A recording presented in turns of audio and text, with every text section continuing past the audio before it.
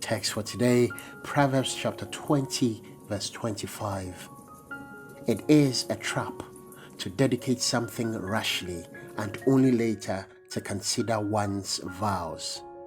The New Living Translation says, "Don't trap yourself by making a rash promise to God and only later counting the cost." This is not the first time Solomon warns about making rash promises, vowing or pledging. He tells us in Ecclesiastes chapter 5. Jesus himself warns us in Matthew chapter 5. Deuteronomy chapter 23 verse 23 tells us that God never compels us to vow. But if we decide on our own to make a vow, then we better fulfill it, else we have sinned. If you allow your church to impose pledges on you, that is your own headache. It is not God who devised that way of raising funds. It is counter-biblical. But if you decide on your own to fall for that pressure, then you can't back out. So you better fulfill your promise. Where did wedding vows come from? They were created by man.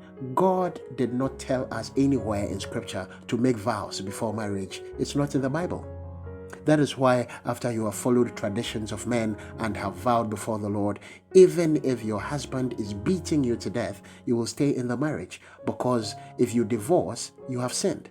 You have not sinned because God hates divorce. No. After all, God allows divorce according to Matthew chapter 19, verse 9. Jesus told us himself.